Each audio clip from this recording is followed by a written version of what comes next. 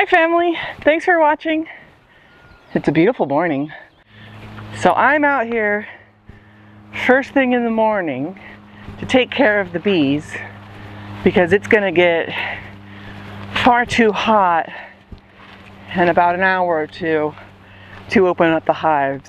But just a few things that we do to help manage our hives in the summer because it gets hot here. And one of the first things we do is we try to do our inspection in the morning by 10 o'clock. It's almost too late. I had actually started yesterday inspecting one of the hives, but I ran into an issue that took me more time than I anticipated, so I'm out here again. Now I had propped this lid here to kind of give them a breeze. These are our custom-made hives, and we haven't quite figured out the mechanics of letting the breeze in through the top. The other lids that we had that were pre-manufactured had enough of a gap that all you had to do was just kind of let the gap sit there and the air would flow through it naturally. With these, however, I haven't quite figured out the top, so it's a bit of a play here and there. So the first thing I'll do is remove these bottoms, which are of course stuck in there because of the heat. Need a tool.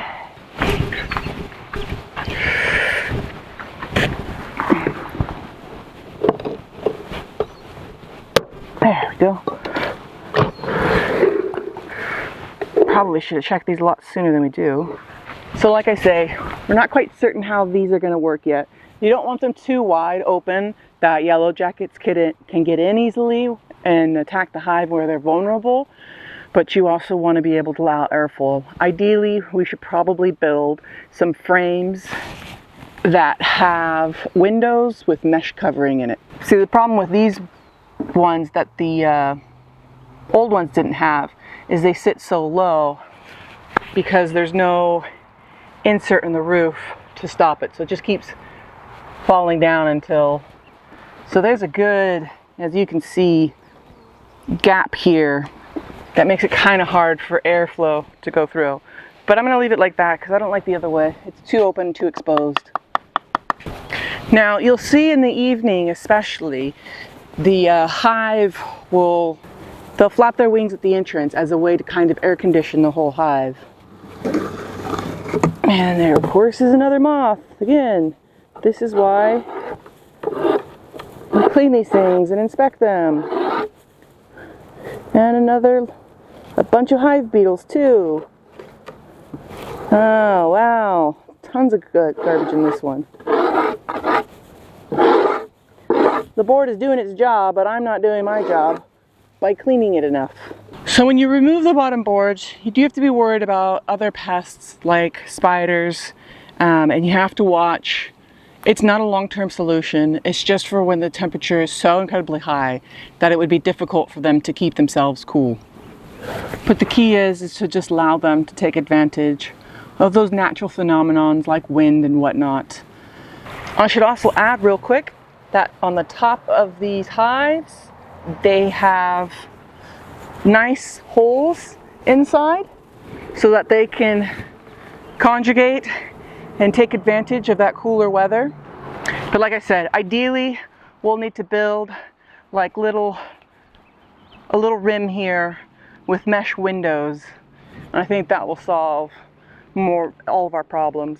And we didn't have that issue with the previous designs, but our own custom ones we're learning as we go. The place we chose to put the bees was actually not the original place we wanted to put them. We were going to put them somewhere where it was shaded because we were thinking about ourselves for when we're inspecting and we didn't want it to be too hot. But what we learned about that idea was that you don't want your bees in like total shade because of things like beetles and moths and such, like the colder, damper spots. And the warmer weather can assist your bees in combating those pests. What we did opt for was kind of like a quasi in between, where it's full sun in the morning and then around late morning to noon it's in the shade, and then it's in full sun again for about part of the afternoon to evening. I think it goes without saying that we removed the reducers from the front of the hive. We actually did that much earlier in the year. As soon as the weather started getting tolerable, those are gone. And the last thing we do for our bees is we make sure that we have lots of water features that they can drink from around the house. And when I'm watering the plants in the morning, I'll refill these as well. So we have this real ghetto kind of makeshift watering spot for the bees, and we arranged the rocks so that they can have something to land on. But it was just kind of what we had around the garden. I kind of try to water the plants in the morning so that I won't splash on the flowers and disturb the bees. So kind of take it nice and easy and slow. We did buy this shade cloth for the plants, and at first I thought that it was deterring the bees from coming, but I'm looking today and I'm seeing loads of bees in the flowers again. So maybe it was just a weather thing. This morning's just slightly cooler than the other mornings. It's about, I want to say like 80 something or 30 degrees Celsius. So there you go. There's a few things that we do to help manage our bees in this really hot weather. If you've watched this far, thank you. Please feel free to like and comment below. This will be our last video until September. August is always a crazy busy month for our family, so we won't be posting. Bye.